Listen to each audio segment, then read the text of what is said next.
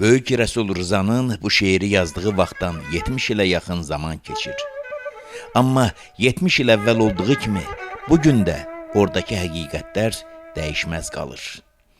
Amma 70 il əvvəl olduğu, bugün də dəyişməz qaldığı kimi, 70 il sonra da, ondan sonra lap yeni 70 illər keçirkən də, duyğulu insanlarımız var olduqca, lap gələcək zamanlarda da bu misralardakı həqiqət öz gücünü saxlayacaq.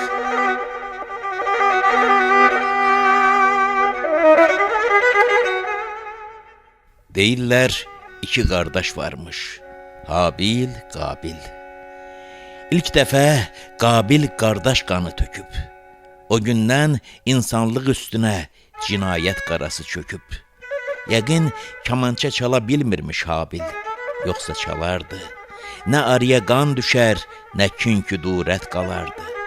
Qulaq asın Mirzə Cəlilin sözünə, nə ədavət saxlayın, nə davadalaş salın. İnsanda insan oyadın, kamança çalın. Kim sındırsa kamançanı, halaldır qanı.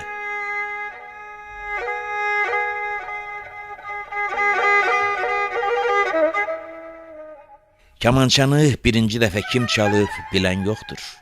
Ancaq ilk kamança çalan da, bugünün kamançaçıları da, sabah bu sevimli alətdən ruh oxşayan sədalar qoparacaqların hər biri də kamanəni simlərə toxundurduqca o köhnə və ilkin vəzifəni yerinə yetirməkdə olacaqlar.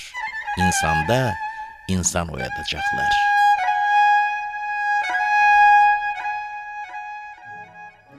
Bir kamançanı bir adam çalır və o səs həmin anda ətrafında neçə nəfər varsa, hamısına təsir edir, riqqət oyadır, duyğuları ehtizaza gətirir. İndi təsəvvür eləyin, balaca bir məkanda, bir evin içində 3 kamançaçı ola. Ata, ana, qız.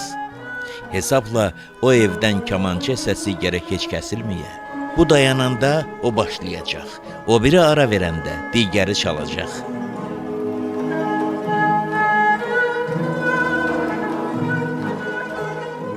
Əslində elə Arif Əsədullayevin, Şəfiqə Eyvazovanın, Mehri Əsədullayevanın baş-başa olduqları evdə, o nəğmə yuvasında kamança sədası həmişə var. Üçü də püxtə sənətkar, üçü də şirin barmaqlı.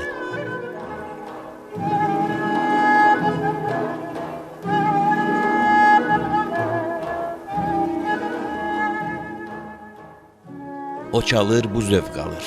Bu çalır, digəri ilhamlanır. Ən çox qazanansa bu sədaların gedib çatdığı qonşulardır. Bu mənzildən qopan könül açan sədalar hər gün onların yanındadır.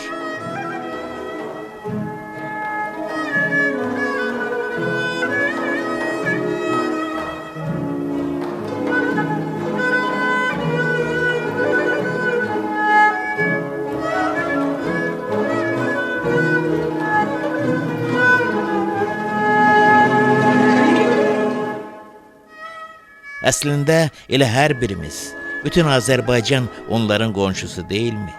Məgər illərdir ki, bu doğma səslər bizim daimi, mehriban müşayiətçilərimiz deyillərmi?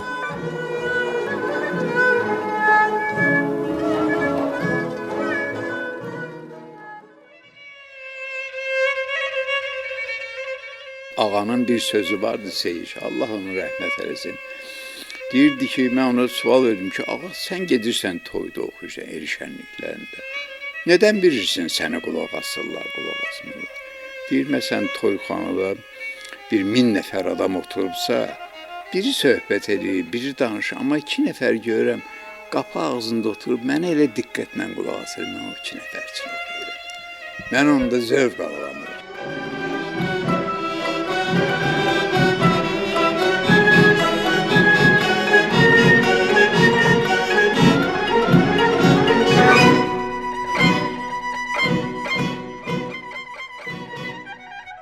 Bir tavan altında 3 sənətkar yaşayırsa, demək o mənzildə elə 3 münsif var.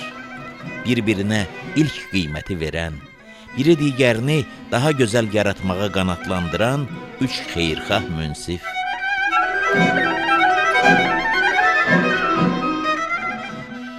ilhamları həmişə qüvvətli, yaratdıqları daim bol olsun. Bu nəğməli ocaqdan ucalan sədalarla zənginliyimiz artır və bizi ruhca daha üstün eləyən belə yuvalar çox olduqca gözəllik yol yoldaşımız, məhrəm sirdaşımız olacaq. Gözəllik yaradanlar heç vaxt usanmasın, yorulmasın, tükənməsin.